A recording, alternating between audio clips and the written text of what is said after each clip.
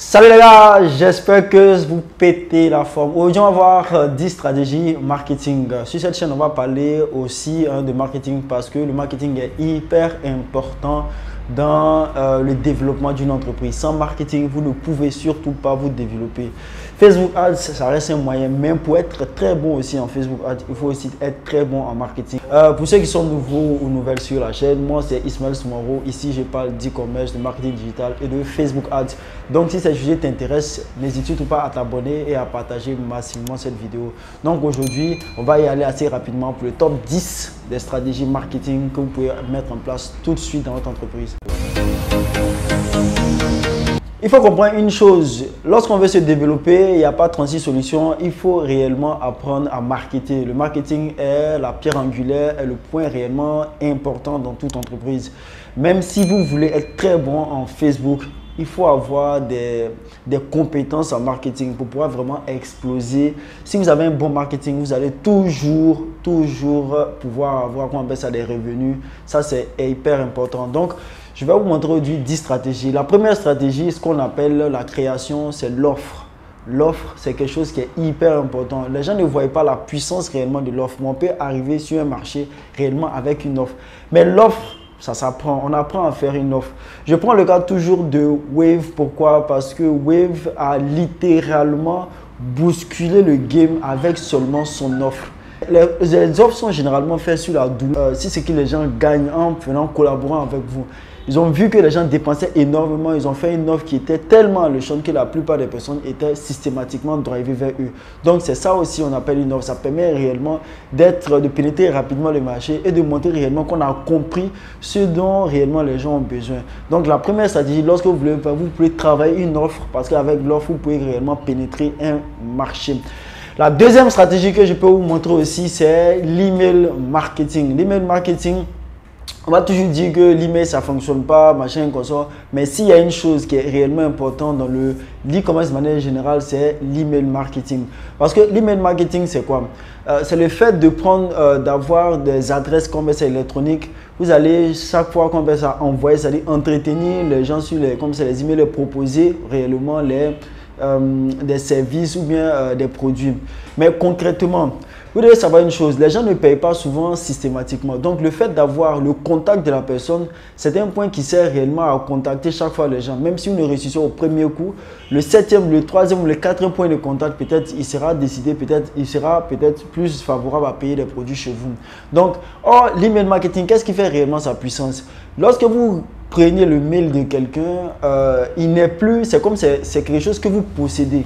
Parce que les emails, c'est vous qui possédez. Or, avec Facebook, YouTube et tout ça, ça c'est des choses qui ne nous appartiennent pas. C'est-à-dire que le jour où on ferme votre boutique, votre page Facebook, ou le jour où on ferme votre YouTube, automatiquement vous êtes bloqué. Mais les emails vous appartiennent. C'est extrêmement important dans le domaine du marketing digital d'avoir les mails des gens. Même si la plupart du temps on dit que les Africains ne regardent pas leurs mails, mais de plus en plus les personnes, moi j'ai fait la remarque, commencent à regarder leurs mails parce qu'on travaille beaucoup avec. La troisième stratégie, on appelle le SEO. Qu'est-ce que c'est le SEO? C'est le fait réellement d'être référencé sur Google. C'est aussi une stratégie et ça permet réellement à faire passer son produit ou son service au premier plan. Je vous explique le principe très simplement.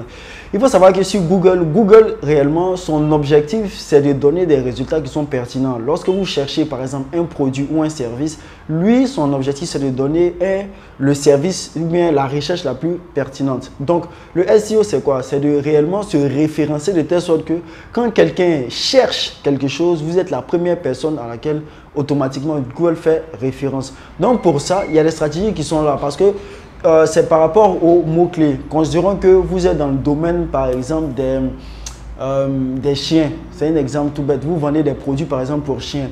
Maintenant, la stratégie SEO sera simple. Vous pouvez aller voir combien le mot qui est le plus recherché par exemple par les internautes lorsqu'ils sont sur Google.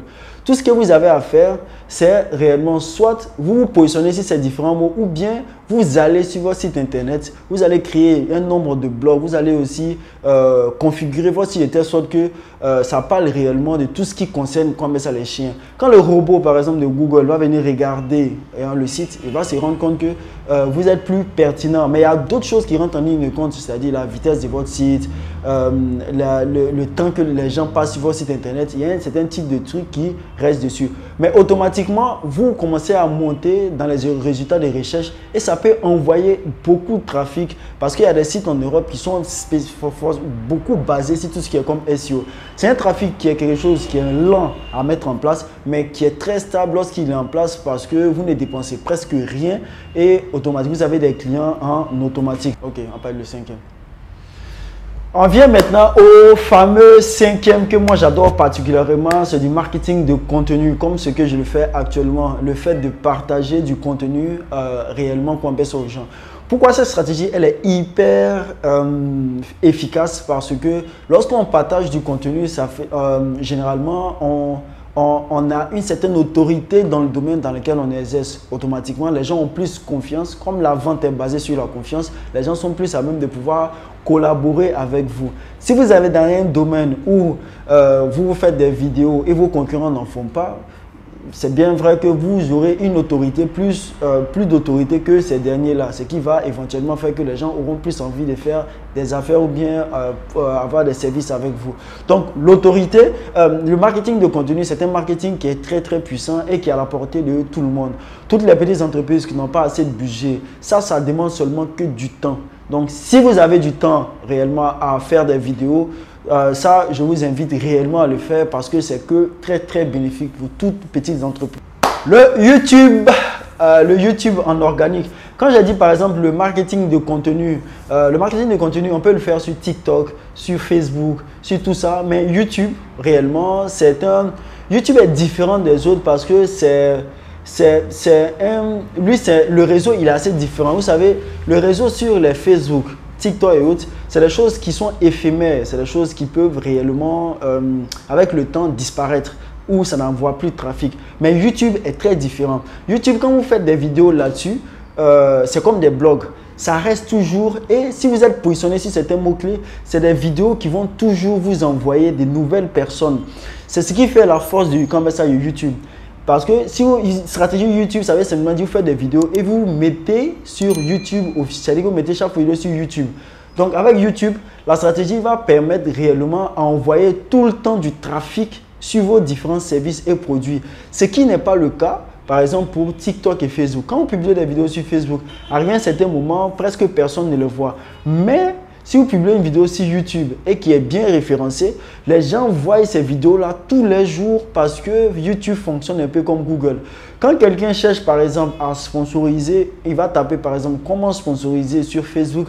Moi par exemple, je suis sur Google, on affiche généralement, vous allez voir les premières personnes qui affichent, ça sera ma première vidéo. Ça, c'est les gens qui envoient tout le temps des personnes sur le trafic. Donc, la stratégie de YouTube, elle est hyper puissante, elle est stable aussi. Et si vous avez la possibilité de mettre des vidéos sur YouTube, ça peut être très très bénéfique. Si éventuellement, vous savez comment ça les faire, vous allez avoir toujours du trafic sur vos différents services et aussi sur vos différents produits.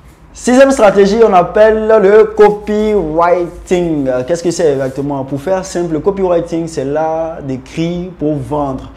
L'une des choses que vous pouvez remarquer sur Internet, c'est que c'est du digital et on le dit en marketing, il n'y a pas plus puissant que les mots. Vous n'êtes pas sur place, vous n'êtes pas là-bas. Donc, quand quelqu'un vient sur une page de vente ou bien vient sur un nouveau, par exemple, email, c'est la structure, c'est-à-dire que c'est votre copywriting qui va faire que les gens, qui va convertir les gens à acheter quelque chose. Donc, c'est une stratégie qui est hyper puissante pour ceux qui savent réellement l'utiliser. Donc, si vous avez la possibilité d'avoir un copywriting qui est assez tranchant, vous allez voir que vos taux de conversion seront assez multipliés. C'est une compétence qui est difficile à réellement avoir parce que ça demande beaucoup plus de ça demande beaucoup plus de travail à faire du copywriting. Et parce que réellement, il faut comprendre la psychologie réellement pour pouvoir appliquer, c'est-à-dire pouvoir faire du copywriting. Mais si vous connaissez des personnes, vous avez des prestataires, ça peut réellement, littéralement changer la dynamique de votre entreprise. Le copywriting est très très puissant. C'est une stratégie qui est assez peut-être difficile un peu à mettre en place. Mais si vous avez la possibilité de le faire, faites-le parce que ça va faire vraiment la différence. Septième stratégie, la stratégie dont je parle tout le temps ici, c'est bien Facebook Ads. Facebook Ads reste une stratégie comme tant d'autres. Mais pour le moment, en termes d'acquisition, c'est-à-dire que le trafic payant, il reste l'un des meilleurs. Pour le moment, il y a d'autres publicités comme ça qui sont là, mais en termes de trafic payant, je dis bien Facebook Ads reste une des stratégies d'acquisition qui est l'une des plus puissantes. C'est quelque chose que si vous savez l'utiliser, vous pouvez réellement toucher beaucoup plus de personnes. Moi, je considère que l'e-commerce comme des trucs comme Facebook ont littéralement changer un peu les règles du jeu.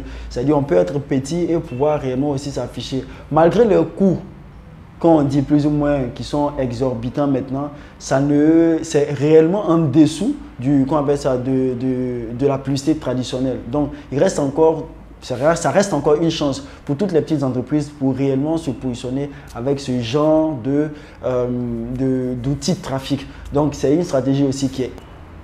Huitième stratégie, WhatsApp marketing. Je sais que généralement ici, en email marketing, les gens ne sont pas très habitués parce que l'écosystème africain réellement n'est pas comparé avec les autres. Mais WhatsApp reste, je dis encore, l'une des choses avec lesquelles vous pouvez faire assez aussi comme ça les chiffres.